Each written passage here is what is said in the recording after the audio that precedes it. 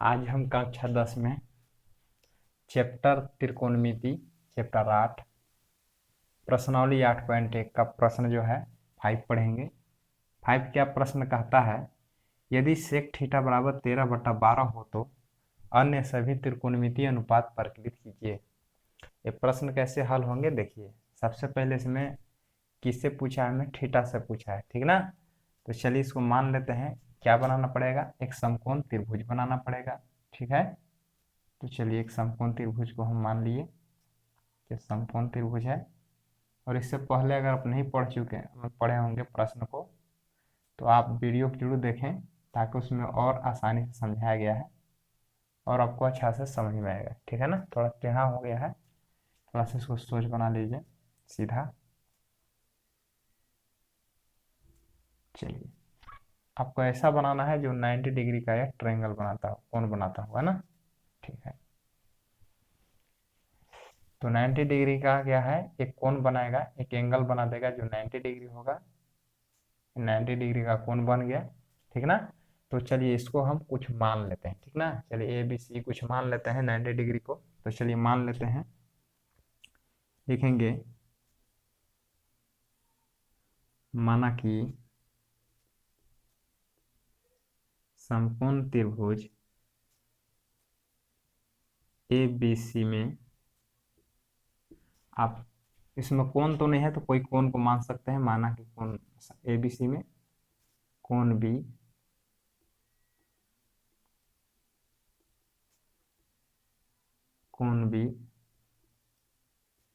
समकोण है, ठीक ना। तो कोण बी समकोण मान लिए और बचा ए सी, तो ए यहाँ मान लियो सी, तो ए बी सी हो गया ना। आप इसको यहाँ भी यहाँ कर सकते हैं, कोई दिक्कत नहीं है। अब चलिए कहता है कि थीटा है ना, तो चलिए यहाँ पे थीटा मान सकते हैं, यहाँ भी मान सकते हैं, ठीक है ना। तो चलिए यहाँ पर इसको हम थीटा ले लिए कि ये थीटा है। लिख सकते हैं तथा कोण ए बराबर थीटा है। कोण ए बराबर थीटा हम ले लिए, ठीक ना। इतना तो मान लेना है। इसके बाद आपका प्रश्न क्या कहता है, देखिए सेक थीटा बराबर 13/12। तो सबसे पहले आपको देखना होगा, ठीक ना, कि आपको सूत्र को याद करना होगा, यानी सूत्र याद होना चाहिए। चलिए लिख देते हैं सूत्र को, आपको है याद हो जाएगा होगा। पंडित बद्री प्रसाद हर हर बोले, ठीक ना। P/H P/H और P/B किसका सूत्र बन गया, साइन का बन जाता है, ठीक ना। ये किसका बन जाता है, कॉस का। ये किसका बन जाता है, टेन का। तो आसानी से याद हो गया, पंडित बद्री प्रसाद हर हर बोल, ठीक है ना। ये बिल्कुल आपको याद हो गया होगा, और याद करना भी आपको जरूरी है। नहीं याद करने पर ये प्रश्न जो है हल नहीं होगा, ठीक ना। अब इसको हम उल्टा कर बना देंगे, उल्टा कर देंगे, जैसे नीचे वाले को ऊपर, ऊपर वाला के नीचे, ठीक है ना। तो नीचे से हम बोलेंगे, कैसे बोलेंगे देखिए, इसका ट्रिक बन जाएगा कि हर हर बोले पंडित बद्री प्रसाद। चलिए इसको हम उलट दिए, तो किसका सूत्र बन गया, ये कोसेक का बन गया। साइन का उल्टा कोसेक हो गया, कॉस का उल्टा क्या बन गया, सेक बन गया, टेन का उल्टा क्या बन गया, कॉट बन गया। चलिए ये भी आपको आसानी से सूत्र याद हो गया होगा, ठीक है ना। सूत्र याद हो गया होगा। अब देखेंगे कि P बोलेंगे किसको, B बोलेंगे किसको। तो इसके बारे में आप लोग पढ़ चुके हैं, तो आसानी से बना सकते हैं कि 90 डिग्री की, जो 90 डिग्री के जो सामने वाले जो भुजा होते हैं, इसे हम कर्ण बोलते हैं, यानी H बोलते हैं। यानी AC आपका क्या बन गया, कर्ण बनेंगे, ठीक है ना। इस चित्र को आप उधर से ही बना सकते हैं, कोई दिक्कत नहीं है। तो 90 डिग्री के जो सामने वाले भुजा होंगे वो हमेशा कर्ण बनते हैं, ठीक है ना। आप इधर से भी अगर ऐसे लेंगे ना, इस प्रकार से, तो 90 डिग्री जो होगा, इसका सामने भुजा एक ही कर्ण होगा, ठीक ना। तो इधर से लिए हैं तो इसका 90 डिग्री के सामने वाला जो भुजा होगा वो कर्ण होगा। ये बात समझ में आ गया होगा, ठीक है ना। इसके बाद क्या कहता है कि देखिए आपको लेना है थीटा से, कोई कोण से नहीं पूछ रहा है, थीटा से पूछ रहा है। तो इसको हम थीटा माने हैं, तो इस कोण से जब हम थीटा माने हैं, तो इस कोण के सामने वाले भुजा, कोण के जो सामने वाले जो सम्मुख बोलते हैं, सामने को सम्मुख बोलते हैं। तो जो थीटा के सामने वाले यानी सम्मुख भुजा जो होते हैं, ये क्या बनते हैं, P बनते हैं, परपेंडिकुलर, ठीक ना। और कर्ण को बोलते हैं हाइपोटेनस, जिसको हम कर्ण बोलेंगे। तो 90 डिग्री के जो सामने होंगे वो हाइपोटेनस बनेंगे, कर्ण बनेंगे, ठीक ना। और जिस कोण से हमको लेना है, जिस कोण से, मान के चलिए कोण थीटा से ले रहे हैं, तो थीटा के सम्मुख जो सम्मुख भुजा जो होगा, ठीक ना, उसको क्या बोलेंगे, परपेंडिकुलर, यानी क्या हो जाएगा, ये लंब हो जाएगा, ठीक ना। और यहाँ से जो संलग्न भुजा, संलग्न भुजा मतलब देखिए, संलग्न यहाँ से सटा हुआ दो भुजा है, लेकिन आपको 90 डिग्री से सटा हुआ भुजा आपको संलग्न भुजा मानेंगे, ठीक ना। तो यहाँ से जो, जिसे यहाँ से लिए है ना, यहाँ के सामने वाले भुजा को लंब बोलेंगे, परपेंडिकुलर बोलेंगे। और जो इधर ही के भुजा कहिए, या इस कोण से यानी थीटा से जो 90 डिग्री में जो सटा हुआ भुजा रहेगा, संलग्न भुजा, उसी को हम क्या बोलेंगे, बी बोलेंगे। इसको हम क्या बोलेंगे, आधार बोलेंगे। तो आ गया बस समझ में। सिर्फ आपको यही बोलेगा, यहाँ से अगर लेते इसको सी से लेते, तो इसका सामने वाला पी बनता, इसका सटा हुआ 90 डिग्री सटा हुआ भुजा बी बनता। तो यहाँ से लिया है, तो यहाँ से सामने वाला पी और ये वाला बी, कर्ण तो बदल रहे हैं, तो पी बी एच हमें मालूम हो गया, ठीक है ना। तो चलिए आप आसानी से बना लेंगे। देखिए सेक बराबर क्या सूत्र होता है, तो सेक बराबर आसानी सूत्र लिख सकते हैं ना कि एच बटा बी होता है, आपको याद कर लेना है, ठीक ना। एच बटा में बी होता है। एच क्या आप लिख भी सकते हैं, एच क्या है, देखिए ये एच ना है, एच क्या है, ए सी है, और बी क्या है, ए बी है, ठीक है ना। तो आसानी समझ में आ गया कि ए सी बराबर 13 हो गया और ए बी बराबर 12 हो गया, यानी एच बराबर 13 और बी बराबर 12, ठीक ना। तो कितना हो गया ये देखिए, कितना दिया हुआ है, 13 दिया हुआ है, और बी कितना दिया हुआ है, 12 दिया हुआ है, 12 दिया हुआ है। तो हमें क्या निकालना है, पी निकालना है, यानी निकालना है बी सी कहेंगे या पी कहिए, ठीक है ना। तो क्या लिखेंगे यहाँ पर कि त्रिभुज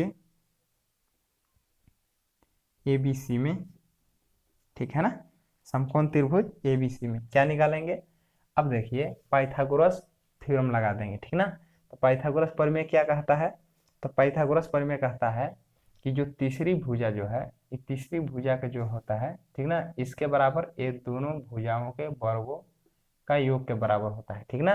तो जब भी लिखना है ना, जिधर भी लिखना है आपको कर्ण को अकेला लिखना है, ठीक है ना। तो चलिए ये ये जो दोनों भुजा है, ठीक ना, एक तरफ लिखते हैं, ठीक ना। तो क्या हो जाएगा, यह B C square plus A B square बराबर ए सी स्क्वायर। देखिए आपको कैसे लिखना है, पाइथागोरस प्रमेय हो गया, पाइथागोरस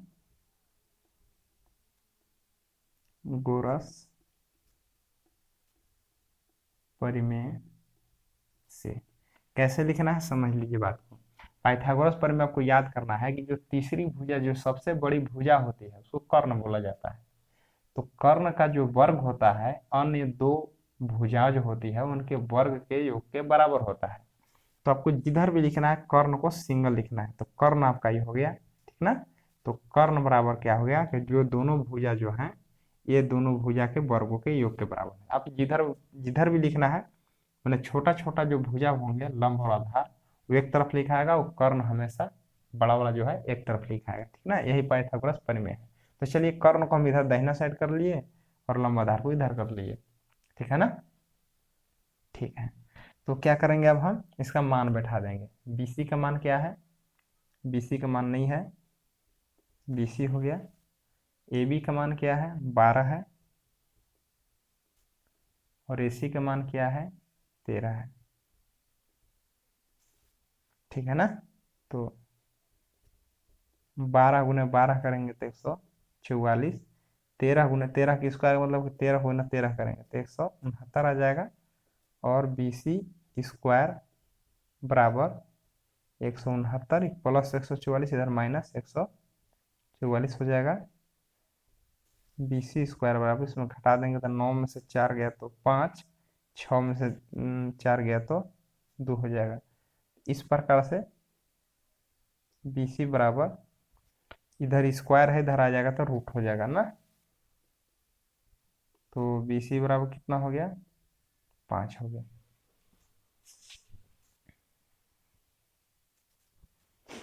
तो BC बराबर कितना हो गया, 5 हो गया, ठीक ना।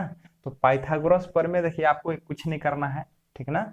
इधर भी रहेगा। आपको देखिए समझा दे रहे हैं फिर से पाइथागोरस प्रमेय। देखिए जो बड़ा, देखिए पहला भुजा, दूसरा भुजा, ये तीसरा भुजा होते हैं, ठीक है ना। देखिए जब भी होता है ये तीसरी भुजा जो होती है, तीसरी भुजा हमेशा अकेला होगा, इसको हम कर्ण बोलते हैं। जो तीसरी भुजा होती है ना, सबसे बड़ी भुजा क्या होती है, कर्ण होती है, ठीक है ना। तो इस प्रकार से पहले भी बता चुके हैं कि कर्ण होती है। जो कर्ण का जो वर्ग होगा, देखिए जो सबसे बड़ी भुजा होगा वो कर्ण होगा, चाहे जिधर भी रहे, ठीक है ना। कर्ण देखिए ऐसी है, तो कर्ण का जो वर्ग होता है, अब बाकी जो उन दोनों भुजा है उसका वर्ग के बराबर होता है। तो बाकी कौन बच गया, ये लंब बच गया ना, तो इसका वर्ग हो गया और प्लस आधार बच गया, इसका आधार का स्क्वायर होता है। आपको ऐसे याद रखना है, इसको ऐसे भी लिख सकते हैं आप, इधर दोनों को इधर भी लिख सकते हैं, कर्ण को उधर भी लिख सकते हैं, ठीक है ना। तो लेकिन जब भी आपको लिखना है, जो बड़ी भुजा है वह अकेला होगा, ठीक है ना, और बाकी जो दो भुजा होंगे वो एक तरफ होंगे, यानी इसका वर्ग और ये दोनों का वर्ग, ये इसका योग होगा और इसका योग, ठीक है ना, इसके दोनों का वर्गों का योग इसके बराबर होता है, इसी को हम बोलते हैं समकोण त्रिभुज ना, ठीक है ना। चलिए समझ में आ गया होगा।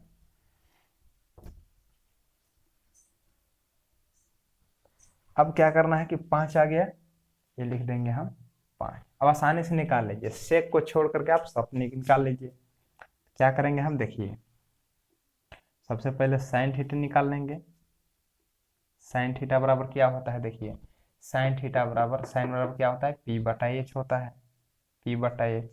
और यहाँ से निकालने पर ये पी होगा, ये बी होगा, ये एच होगा, ठीक है ना। तो चलिए पी बटा एच यानी पी कितना है, बी सी, एच क्या है, ए सी, बी सी का मान क्या हो जाएगा 5 और ए सी का मान क्या हो जाएगा 13, आंसर हो गया। उसी प्रकार से कॉस थीटा ले लेंगे।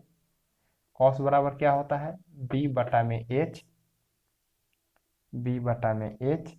यहाँ से देखिए थीटा लेना है, तो ये थीटा है, थीटा के देखिए थीटा से जो 90 डिग्री में जो संलग्न भुजा है, सटा हुआ भुजा, उसको बी बोलते हैं, सामने वालों को पी बोलते हैं। बी यही ना है, ए बी हो जाएगा, बी क्या है, ए बी है, और एच क्या है, ए सी, ठीक है ना। ए बी का मान कितना है 12, ए सी क्या है 13। इस प्रकार से साइन कॉस हो गया, इसके बाद tan लिख देंगे, पी बटा में बी होगा, पी बटा में बी होगा, तो पी देखिए यहाँ से पी कौन होगा, ये वाला बी सी। पी मैंने एकदम सामने देखना है, बी मैंने सटा हुआ भुजा, ठीक है ना, अब बी मैंने संलग्न भुजा है ये, और ए सी है तो ए सी में देखिएगा नहीं तो यही पर बचेगा ना। पी हो गया 5, बी हो गया 12, ठीक है। साइन कॉस टेन हो गया, इसके बाद निकाल लीजिए कोसेक, कोसेक थीटा बराबर एच बटा में पी, ठीक ना, एच बटा में पी। एच क्या है, ए सी है, और पी क्या है, यहां से पी देखिए बी सी, एच का मान कितना है 13, बी सी का मान क्या है 5, इस प्रकार से बन गया। और सेक तो दिया हुआ है, निकाल लेना है आपको कॉट, कॉट थीटा, कॉट बराबर क्या सूत्र है, बी बटा पी, बी और बटा में पी निकाल लेना है। बी देखिए, बी क्या है ए बी, और पी क्या है बी सी, बी क्या है 12 बटा में 5, ठीक है ना। इस प्रकार से चलिए प्रश्न आपका हल हो गया। हाँ, आशा करते हैं समझ में आया होगा, ठीक ना।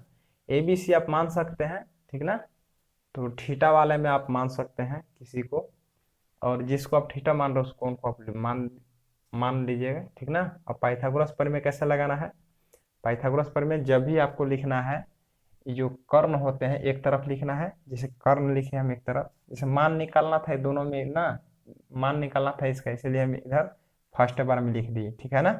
तो आप इधर भी दोनों लिख सकते हैं, तो मतलब जब भी लिखना है ए सी को आप यहाँ लिखते हैं तो दोनों को हम उधर लिखते हैं।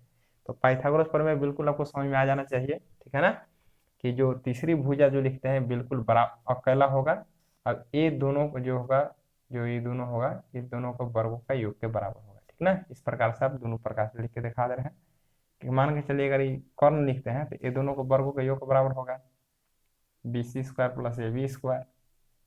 आप इसको इधर भी लिख सकते हैं इस प्रकार से, BC² प्लस AB² बराबर AC²। मतलब जब भी आपको लिखना है, ठीक ना, कर्ण को अकेला लिखना है, ठीक ना, जो कर्ण का जो वर्ग होता है अन्य दो भुजाओं के वर्गों के योग के बराबर होता है। तो आशा करते हैं कि आपको समझ में आ गया होगा। ठीक है ना, फिर से अगले वीडियो में मिलते हैं। धन्यवाद।